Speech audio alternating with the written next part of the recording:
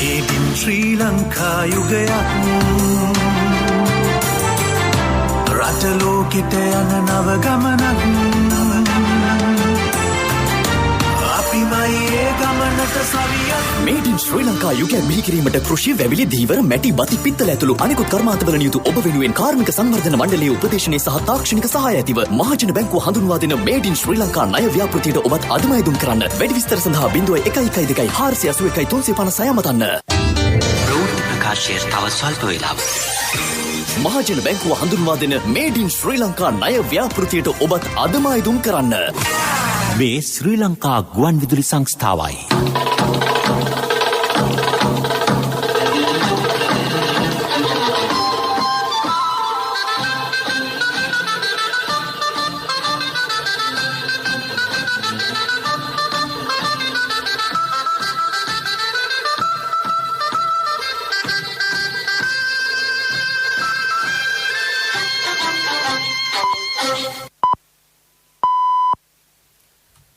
වේලාව සවස 6යි. මේ ශ්‍රී ලංකා ගුවන් විදුලි සංස්ථාවයි. මෙන්න ප්‍රවෘත්ති. සංස්කරණය හේමන්ත හෙට්ටිගේ ප්‍රකාශය ගයන් කෞශල් ජයවීර. මිනුවන්ගොඩ ඇඟලුම් කම්හල ආශ්‍රිත කොරෝනා පොකුර 1446 දක්වා ඉහළට. හිටපු අගමැති රනිල් වික්‍රමසිංහ මහතා දෙවන දිනටත් පාස්කීරිදා ප්‍රහාර විමර්ශන ජනාධිපති කොමිසම හමුවේ සාක්ෂි දෙයි. රටට හිතකර නව ආණ්ඩුක්‍රම ව්‍යවස්ථාවක් සකස් කිරීමට රජයට දෙමළ ප්‍රගතිශීලී සන්ධානයේ සහාය. මධ්‍යම පාන්තික පවුල් සඳහා නිවාස 5000ක් ඉදිකිරීමේ මූලික කටයුතු ආරම්භේ. නැවත දැනුම් දෙනතුරු විශ්‍රාම වැටුප් දෙපාර්තමේන්තුවට පැමිණීමෙන් වළකින්නැයි විශ්‍රාමිකයන්ට දැනුම් දීමක්. බංග්ලාදේශයේ ස්ත්‍රී දූෂකයන්ට මරණීය දණ්ඩනය. මිනුවන්ගොඩ ඇඟලුම් කම්හල ආශ්‍රිත කොරෝනා පොකුර 1446 දක්වා ඉහළයයි. නිරෝධායනය සඳහා යොමු කර සිටි එම කම්හලේ කාර්ය මණ්ඩලය හා ඔවුන්ගේ ආශ්‍රිතයන් 32 දෙනෙකු කොරෝනා වෛරසය ආසාදිතයන් ලෙස අද හඳුනාගෙන තිබේ. එම සේවකයන්ගේ ආශ්‍රිතයන් 17 දෙනෙකු බාහිරවද හඳුනාගෙන ඇත. ඒ අනුව අද හඳුනාගත් සමස්ත ආසාදිතයන් සංඛ්‍යාව 49කි. මිනුවන්ගොඩ ඇඟලුම් කම්හලේ කොරෝනා පොකුරට සම්බන්ධ ආසාදිතයන්ගේ ආශ්‍රිතයන් සොයා තවදුරටත් මෙහෙයුම් සිදු කරන බව සෞඛ්‍ය අමාත්‍යාංශයේ මාධ්‍ය ප්‍රකාශක වෛද්‍ය ජයරුවන් බණ්ඩාර මහතා කියයි. අමාත්‍යාංශයේ සඳහා පරීක්ෂණ කණ්ඩායම් කිහිපයක් යොදවා තිබේ. මුල්ලිරියාව රෝහලට ලබාගෙන තිබූ පරීක්ෂණ කට්ටල කල්ලිකුත් වී ඇති බවට පළවන මාධ්‍ය වාර්තා සම්බන්ධයෙන් එහිදී කරුණු දැකූ වෛද්‍ය ජයරුවන් බණ්ඩාර මහතා. ලැබෙන සාම්පල ප්‍රමාණය අනුව වඩාත් ඉක්මනින් පරීක්ෂණ කටයුතු කරන්න අවශ්‍ය අවස්ථාවලදී ඒ සඳහා පරීක්ෂණ කට්ටල වර්ගයේ ඒ රසායනාගාර භාර වෙන්න විශේෂඥ වෛද්‍යවරුන් තීරණය කරනවා. සමහර වෙලාවට මේ පරීක්ෂණ කට්ටල භාවිතා නොකර වෙනත් පරීක්ෂණ කට්ටල වලින් භාවිතා කරන අවස්ථා තියෙනවා. ඒක එහෙම තමයි. හේතුව තමයි සමහර පරීක්ෂණ කට්ටල වලින් ඉතාමත් පහසුවෙන් පරීක්ෂණය කරන්න පුළුවන්. සමහර කට්ටල වලින් පරීක්ෂණය කරන්න තරමක් වෙලා යන අවස්ථා තියෙනවා. මේ අනුව මේ පරීක්ෂණ කට්ටල තවමත් භාවිතා කරන බවයි එහි අධ්‍යක්ෂවරයා මා සමග පැවසුවේ. එයින් යම්කිසි විදිහකින් භාවිතයෙන් ගන්න බැරිව එක්ස්පයර් වෙන ප්‍රමාණයක් තිබුණොත් ඒ වෙනුවට නව පරීක්ෂණ කට්ටල ඒ සැපයුම් ආයතනයේ විසින් ලබා දෙන බවටත් සාකච්ඡා කළ තහවුරු වෙලා තියෙන බවටත් අධ්‍යක්ෂතුමා සඳහන් කරා. ඒ නිසා ඔබට ඉතාමත් නිවැරදිව කියන්න පුළුවන් මේ පරීක්ෂණ කට්ටල 30000 හින්දා කිසිදු පාඩුවක් අපේ රටට වෙන්නේ නැහැ. 2018 ඔක්තෝබර් මාසයෙන් පසුව පැවති ආරක්ෂක මණ්ඩල රැස්වීම් වලට තමාට කැඳවීමක් නොලැබුණ බව හිටපු අගමැති රනිල් වික්‍රමසිංහ මහතා පාස්කීරිදා ප්‍රහාර විමර්ශන ජනාධිපති කොමිසම හමුවේ සාක්ෂි දෙමින් අද පැවසිය. 2015 පසුව ආරක්ෂක මණ්ඩල රැස්වීම් සතිපතා නොපැවැත්වුණු බවද ඔහු සඳහන් කළේය. මෛත්‍රීපාල සිරිසේන පාර්ශවය හා රනිල් වික්‍රමසිංහ පාර්ශවය අතර මතගැටුමක් පැවතියේදැයි රජයේ අතිරේක සොලිසිටර් ජෙනරාල්වරිය විමසූ අවස්ථාවේ හිටපු අගමැතිවරයා පැවසුවේ එවැනි කිසිදු මතගැටුමක් නොතිබූ බවයි. ඉස්ලාම් අන්තවාදය ගැනත් රටේ පැවති අනිකුත් අන්තවාද ගැනත් තොරතුරු ලැබී තිබුණු බවද රනිල් වික්‍රමසිංහ මහතා පැවසීය. හිටපු අගමැතිවරයා පාස්කු ඉරිදා ප්‍රහාර විමර්ශන ජනාධිපති කොමිසම හමුවේ සාක්ෂි දුන් දෙවන දිනය අදයි. මේ අතර අද පෙරවරුවේ කොමිසම හමුවේ සාක්ෂි දුන් හිටපු ආරක්ෂක ලේකම් හේම්සිරි ප්‍රනාන්දු මහතා පැවසුවේ සහරාන් හෂීම් ප්‍රමුඛ කණ්ඩායම ප්‍රහාරයක් එල්ල කිරීමට සැලසුම් කර ඇති බවට ලැබුණු විදේශ බුද්ධි තොරතුරු සම්බන්ධයෙන් 2019 අප්‍රේල් 8 වෙනිදා තමාට දැනගන්නට ලැබුණු බවයි. ජාතික බුද්ධි ප්‍රධානියා ඒ බව තමාට දැනුම් දුන් බවද ඔහු සඳහන් කළේය. බුද්ධි සමාලෝචන රැස්වීම් සතිපතා පැවැත්විය යුතු අත් 2016න් පසුව ඒවා නිසි ලෙස නොපැවති බව පැවසූ හිටපු ආරක්ෂක ලේකම්වරයා පාස්කු ඉරිදා ප්‍රහාරයට පෙර අවසන් වරට ආරක්ෂක මණ්ඩල රැස්වීමක් පැවතුනේ 2019 පෙබරවාරි 19 වෙනිදා බව සඳහන් කළේය. ආරක්ෂක මණ්ඩලයේ රැස්වීම් වලට පොලිස්පතිවරයා සම්බන්ධ කර නොගන්නා ලෙස ජනාධිපතිතුමා උපදෙස් දී තිබූ බවද ඔහු සඳහන් කළේය.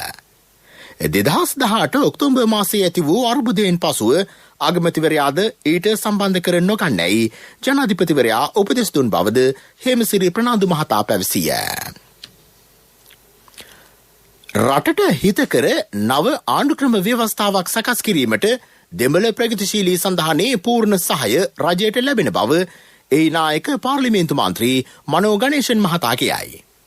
ගෝලීයකරණයට ගැලපෙන රටේ ස්වාධීනත්වය ආරක්ෂා වන සදාචාරාත්මක මෙන්ම රට සංවර්ධනය කරා ගෙන යන නව ආණ්ඩුක්‍රම ව්‍යවස්ථාවක් රටට අවශ්‍ය වෙයි.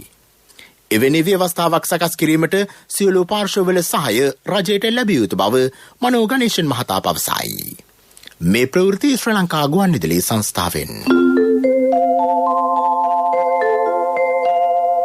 මහජන බැංකුව හඳුන්වා දෙන මේඩ් ඉන් ශ්‍රී ලංකා ණය ව්‍යාපෘතියට ඔබත් අදම අයදුම් කරන්න.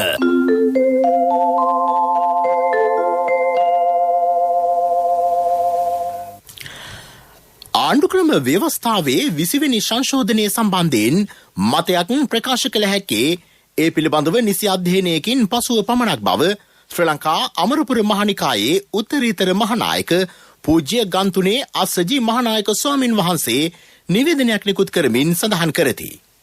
එම සංශෝධනය පිළිබඳව අමරපුර මහනිකායේ මතය කුමක්දැයි බොහෝ දෙනෙක් ප්‍රශ්න කරති.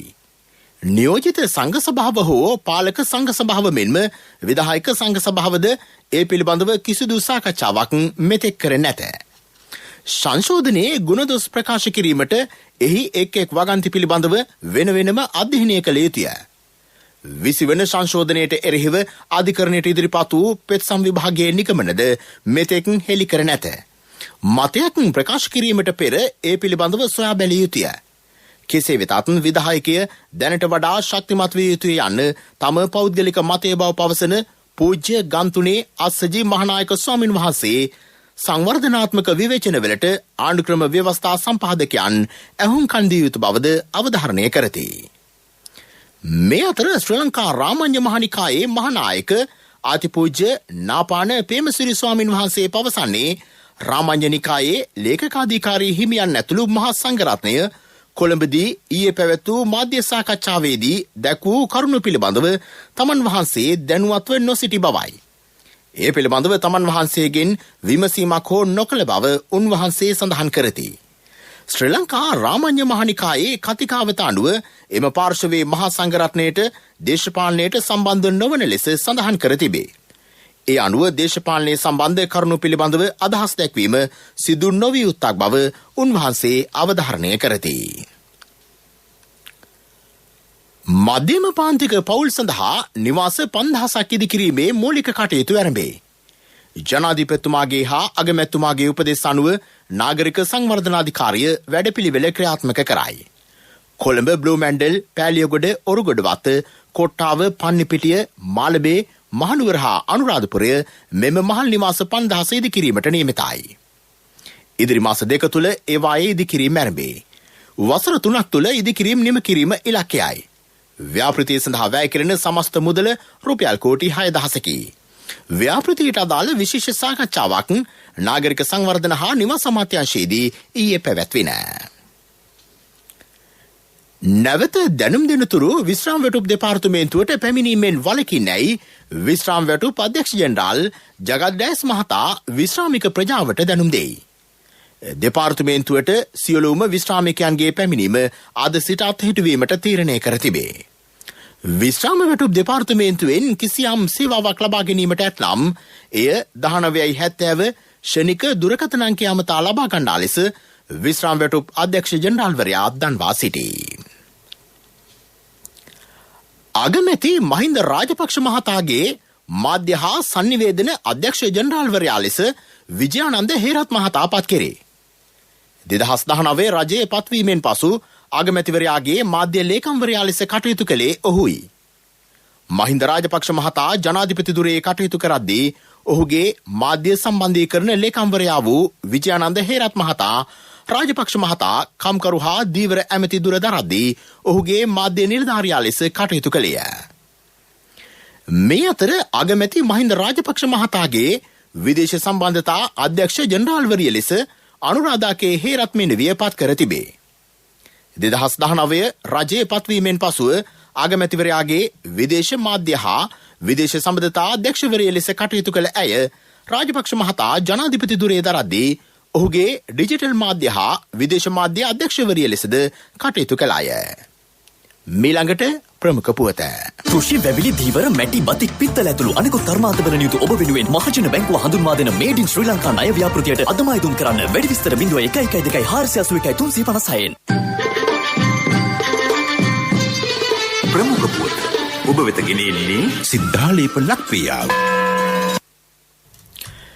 ෆේස්බුක් ඇතුළු සමාජ මාධ්‍ය ඔස්සේ පිළිකා මර්ධනය හා වැළැක්වීම පිළිබඳ නිර්මාණාත්මක දැනුවත් කිරීමේ පණිවිඩ ජනතාව අතරට ගෙන යාම අරමුණු කරගත් ආයු ප්ලස් ව්‍යාපෘතිය එළි දැක්වීම හෙට පෙරවරු 10ට නාරාහෙන්පිට ජාතික රුධිර පාරවිලෙන මධ්‍යස්ථානයේදී සිදු කෙරේ. සෞඛ්‍ය අමාත්‍ය පවිත්‍රා වන්නියාරච්චි මහත්මිය ප්‍රධාන ආරාධිතයා ලෙස එම අවස්ථාවට එක්වී. සමාජ මාධ්‍ය ඉලක්ක කරගත් මෙම ව්‍යාපෘතිය පිළිකා මර්ධනය හා පාලනය සඳහා ගනු ලබන සුවිශේෂී පියවරකි. තරුණ මහලු හා සියලු ජන කොටස් ඉතා කෙටි කලක් තුළ දැනුවත් කිරීමේ හැකියාව මෙමගින් සැලසේ. එම ජනතාව තුළ ආකල්පමය වෙනසක් ඇති කර නව ජීවන රටාවකට යොමු කරවීම හා නව චින්තනයක් ඇති කිරීම කෙරෙහි මෙමගින් අවධානය යොමු කරවන බව සෞඛ්‍ය අමාත්‍යාංශයේ ජාතික පිළිකා මර්ධන වැඩසටහන පවසයි. ප්‍රමුඛ පුවත් ඔබ වෙත ගෙන ආවේ සිද්ධාලේප ලක්වියාව.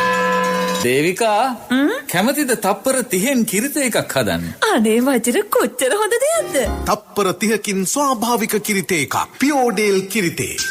ශක්ති හඬ අවධානය පිණිසයි.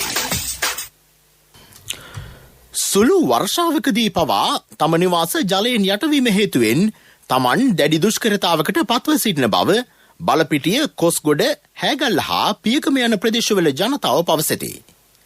ජලය බැස යාමට විධිමත් කාණු පද්ධතියක් නොමැතිවීම හා මුහුදට දිවෙන පාරම්පරික ඇල මාර්ග පද්ධති ඇතමුන් ගොඩ කර තිබීම මෙම තත්වයට හේතුව බව ඔවුහු පෙන්වා දෙති. ඒ පිළිබඳව දකුණු පළාත් ආණ්ඩුකාරවරයාගේ කඩිනම් අවධානය යොමු විය යුතු බව එම ජනතාව පවසති. ආර්ය කිරි ගුවන් සවාරි උඩුගුවනේ සැරිසරන්න ආර්ය කිරි රස බලන්න. ආර්ය කිරි පැකට්ටුව ඇති නිල් පාට ලාංඡනය කපායවා ජයගෙන ශ්‍රී ලංකා අසිරිය අහසේ සිට දැක ගන්න. විස්තර වෙළඳ මහතුන්ගෙන් ආර්ය කිරි ගුවන් සවාරි. ලෝක ප්‍රවෘත්ති.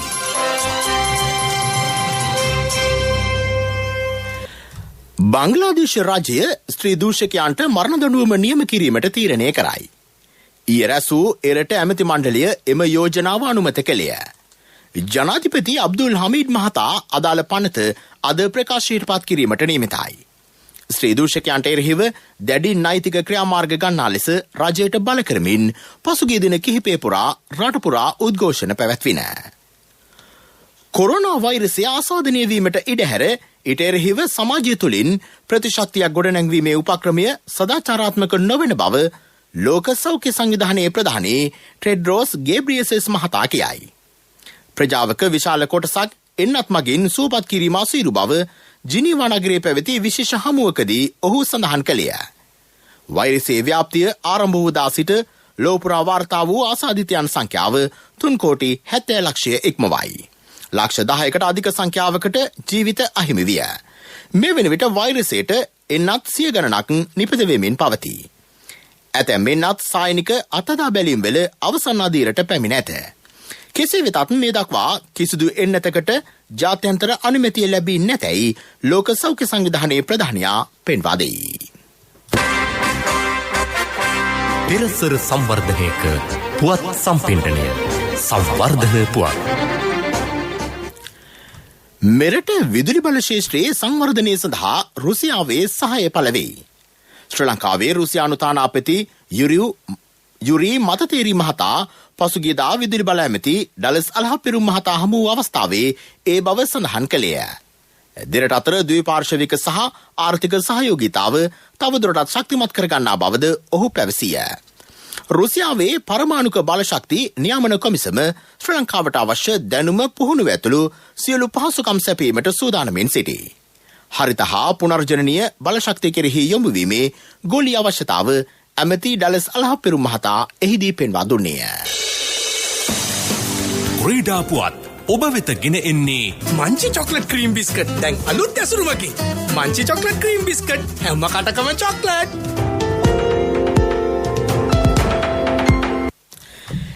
එංගලන්ත කණ්ඩායම සමග ටෙස්ට් ක්‍රිකට් තරඟාවලිය ලබන වසරේ පැවැත්වීමට හැකිවනු ඇතැයි ශ්‍රී ලංකා ක්‍රිකට් පුහුණුකරු මිකි යාතර මහතා විශ්වාසය පළ කරයි. දෙරට අතර ක්‍රිකට් තරඟාවලිය පසුගිය මාර්තු මාසයේදී පැවැත්වීමට සැලසුම් කර තිබුණද කොරෝනා වෛරසයේ ව්‍යාප්තිය හේතුවෙන් එය කල් දැමීමට සිදුවිය. ලබන වසරේදී ක්‍රිකට් ක්‍රීඩාව ක්‍රමානුකූලව යථා තත්ත්වයට පැමිණෙනු ඇතැයි මිකි යාතර මහතා පවසයි. එංගලන්ත ක්‍රිකට් කණ්ඩායම ලබන මස දකුණු අප්‍රිකාව සමගද පෙබරවාරි සහ මාර්තු මාසවලදී ඉන්දියාව සමගද තරඟාවලි සැලසුම් කර තිබේ. මෙරට හිටපු මලල ක්‍රීඩා ජාතික ශූරයෙකු මෙන්ම ප්‍රවීණ මලල ක්‍රීඩා පරිපාලකයෙකු වූ රංජිත් වීරසේන මහතා අභාව ප්‍රාප්ත වෙයි. කවපෙත විසිකිරීමේ සව්වේ ජාතික ශූරයා බවට 14 වතාවක් පත්වීමට ඔහු සමත් විය. 1978 සිට 1982 දක්වා ඔහු ශ්‍රී ලංකා ආධුනික මල්ල ක්‍රීඩා සංගමේ සභාපතිවරයා විය. ජාතික ඔලිම්පික් කමිටුවේ සභාපති ධුරයේද ඔහු දරා තිබේ. අපේ පළාතේ බණ්ඩමාමගේ දොරකඩින් බල්ලෙක් පූසෙක්යාගේ සැරටියෙන් පාරක් නොකා යන්නේ. ටිකිරිමාරි කන ගමන් අපි පිළියම් හෙව්වා. අර වගේම සැරටියක් පිදුරු වලින් හදලා පාට කරලා දෙක මාරු කරමු. ඔන්න දැන් උඩිගෙදර කළුව එනවා. බණ්ඩමාම අපි හදපු සැරටියෙන් පාරක් දුන්නා. වැදනේ ආදරණීය පහරක්. දැන් කළුවා නැට්ටවන්න මින් මාමා සමග සෙල්ලම. බැරිම තැන මාමත් කළුව අත ගන්නවා. පරණ සැරටිය බර දැනුන්නේ නැහනේ. ඉක්මන් කේන්තියට කොහෙද බරක්? මංචි ටිකිරිමාරි. කොහොමද ටිකිරිමොලේ? ව්‍යාපාරික පුවත් ඔබ වෙත ගෙන එන්නේ NSB Wings සමග ඔබේ සිහින සවිබල ගන්වන්න. NSB Wings ඉහළ ඉලක්ක කරා ලංකාවන් වැඩි විස්තර ළඟම ජාතික ඉදිරි කිරීමේ බැංකු ශාඛාවෙන්. සියලු අධිවේගී මාර්ග එක් සමාගමක් යටතට පත් කර භාණ්ඩාගාර ලේකම්වරයා තනි අයිතිය දරන සමාගමක් සංස්ථාගත කිරීමට රජය තීරණය කරයි. ඒ සඳහා අගමැති මහින්ද රාජපක්ෂ මහතා ඉදිරිපත් කළ යෝජනාවට ඇමති මණ්ඩල අනුමැතිය ලැබී තිබේ. දැනට ඉදිවෙමින් පවතින සහ ඉදිකිරීමට නියමිත අධිවේගී මාර්ග සඳහා දළදේශීය නිෂ්පාදිතයෙන් 0.5%ක් 1% අතර ආයෝජනයක් රාජ්‍ය අයවැයෙන් දැරීමට සිදුවෙයි. අධිවේගී මාර්ග භාවිත කරන්නන්ගෙන් අය කරන ගාස්තු වලින් ලබන ආදායම මෙන්ම එම මාර්ග සම්බන්ධ වෙනත් ආදායම් උපයන මාර්ගවලින්ද ආදායම් ලැබීමට හැකිවන පරිදි මෙම සමාගම ආරම්භ කෙරේ. අධිවේගී මාර්ග ඉදිකිරීම සඳහා අවශ්‍ය අරමුදල් රැස් කිරීම එහි අවසන් අරමුණයි. ව්‍යාපාරික පුවත් ඔබ වෙත ගෙන ආවේ තවත් බලා සිටීම අවසන් මේ සතුට නැවත අත්විඳීමට කාලයයි. ජයග්‍රහණී රේඛාව නැවත ඇඳීමට කාලයයි. ඔබේ අධිරාජ්‍යය නැවත ගොඩනැගීමට කාලයයි. ඔබේ ව්‍යවසායික අභිලාෂයන් තෘප්තිමත් කිරීමට කාලයයි. NSB Wings සමග ඔබේ සිහින සවිබල ගන්වන්න. රුපියල් ලක්ෂ 5 සිට මිලියන 10 දක්වා 7% වාර්ෂික පොලි අනුපාතයකට වසර 2ක පුද්ගලික ණයක්. ඔබට අවශ්‍ය වන්නේ එක් අපකරුවෙකු පමණයි. NSB Wings ඉහළ ඉලක්ක කරා ලංකාවන් වැඩි විස්තර ළඟම ජාතික ඉදිරි කිරීමේ බැංකු ශාඛාවෙන්. ආර්ථික පුවත් ආවරණය ලොකු සර් පුතාගේ වැඩේ කරගත්තද? පුතාට හොඳම ලැප්ටොප් එකක් අරන් දුන්නා. ක්‍රෙඩිට් කාඩ් එකට ලොකු වටමක් තිබ්බනේ. ලොකු සර් ක්‍රෙඩිට් කාඩ් පාවිච්චි කරනවද? ජීවිතේ ප්‍රයෝජනවත් දේවල් කරන්න LOLC ක්‍රෙඩිට් කාඩ් එක ලැබෙන්නේ ලොකු හයියක්නේ. LOLC ෆයිනෑන්ස් ක්‍රෙඩිට් කාඩ් පත ජීවිතේම සපුරාලයි. අනුරාධපුර මහවිලච්චිය ගොවි ජනපදයේ වගා බිම්බල සිදු කළ අතරමැදි වගා කන්නේ මුං ඇට වගාවෙන් සාර්ථක අස්වැන්නක් නෙලා ගැනීමට ගොවින්ට හැකි වී ඇතැයි ප්‍රාදේශීය ලේකම් මංජරී චන්ද්‍රදාස මහත්මිය පවසයි. කෘෂිකර්ම දෙපාර්තමේන්තුවේ වගා උපදෙස්වලට අනුව මුං වගාව සිදු කෙරිණ. මහවිලච්චිය වම්මිවුර ප්‍රදේශයේ කුඹුරු අක්කර 300ක මුං වගා කර තිබේ. ප්‍රදේශයේ වෙළඳපොලේ මුං ඇට කිලෝවක තොග මිල රුපියල් 300කි. ආර්ථික පුවත් ආවරණය ලොකු සර් පුතාගේ වැඩේ කරගත්තද? පුතාට හොඳම ලැප්ටොප් එකක් අරන් දුන්නා. ක්‍රෙඩිට් කාඩ් එකට ලොකු වටමක් තිබ්බනේ. ලොකු සර් ක්‍රෙඩිට් කාඩ් පාවිච්චි කරනවද? ජීවිතේ ප්‍රයෝජනවත් දේවල් කරන්න LOLC ක්‍රෙඩිට් කාඩ් එක ලැබෙන්නේ ලොකු හයියක්නේ. LOLC ෆයිනෑන්ස් ක්‍රෙඩිට් කාඩ් පත ජීවිතේම සපුරාලයි.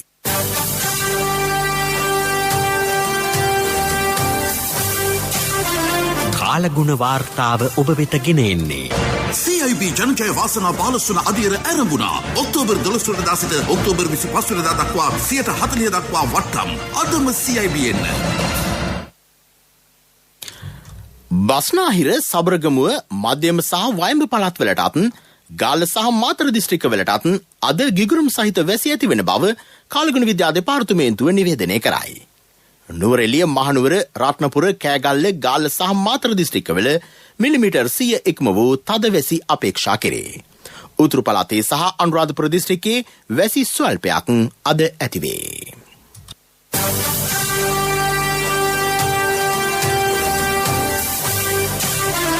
කාලගුණ වාර්තාව ඔබ වෙත ගෙන ආවේ CIB ජනජය වාසනා බාලසුන අධීර ඇරඹුණා. ඔක්තෝබර් 12 වෙනිදා සිට ඔක්තෝබර් 25 වෙනිදා දක්වා 40% දක්වා වට්ටම්. අදම CIB එන්න.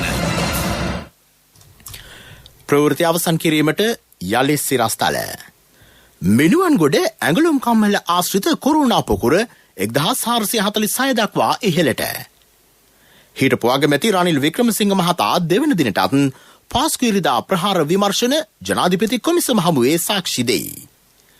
රටට හිතකර නව ආණ්ඩුක්‍රම ව්‍යවස්ථාවක් සකස් කිරීමට රජයට දෙමළ ප්‍රගතිශීලී සඳහනේ සහය. මධ්‍යම පාන්තික පවුල් සඳහා නිවාස 5000ක් ඉදිකිරීමේ මූලික කටයුතු ආරම්භේ. නැවත දැනුම් දෙනතුරු විශ්‍රාම වැටුප් දෙපාර්තමේන්තුවට පැමිණීමෙන් වළකින්නේයි විශ්‍රාමිකයන්ට දැනුම් දීමක්. බංග්ලාදේශයේ ශ්‍රී දූෂකයන්ට මරණීය දණ්ඩනය. ප්‍රවෘත්ති ඉන් සමාප්තයි. අපගේ මීළඟ ප්‍රධාන ප්‍රවෘත්ති ප්‍රකාශය රාත්‍රී 9ට.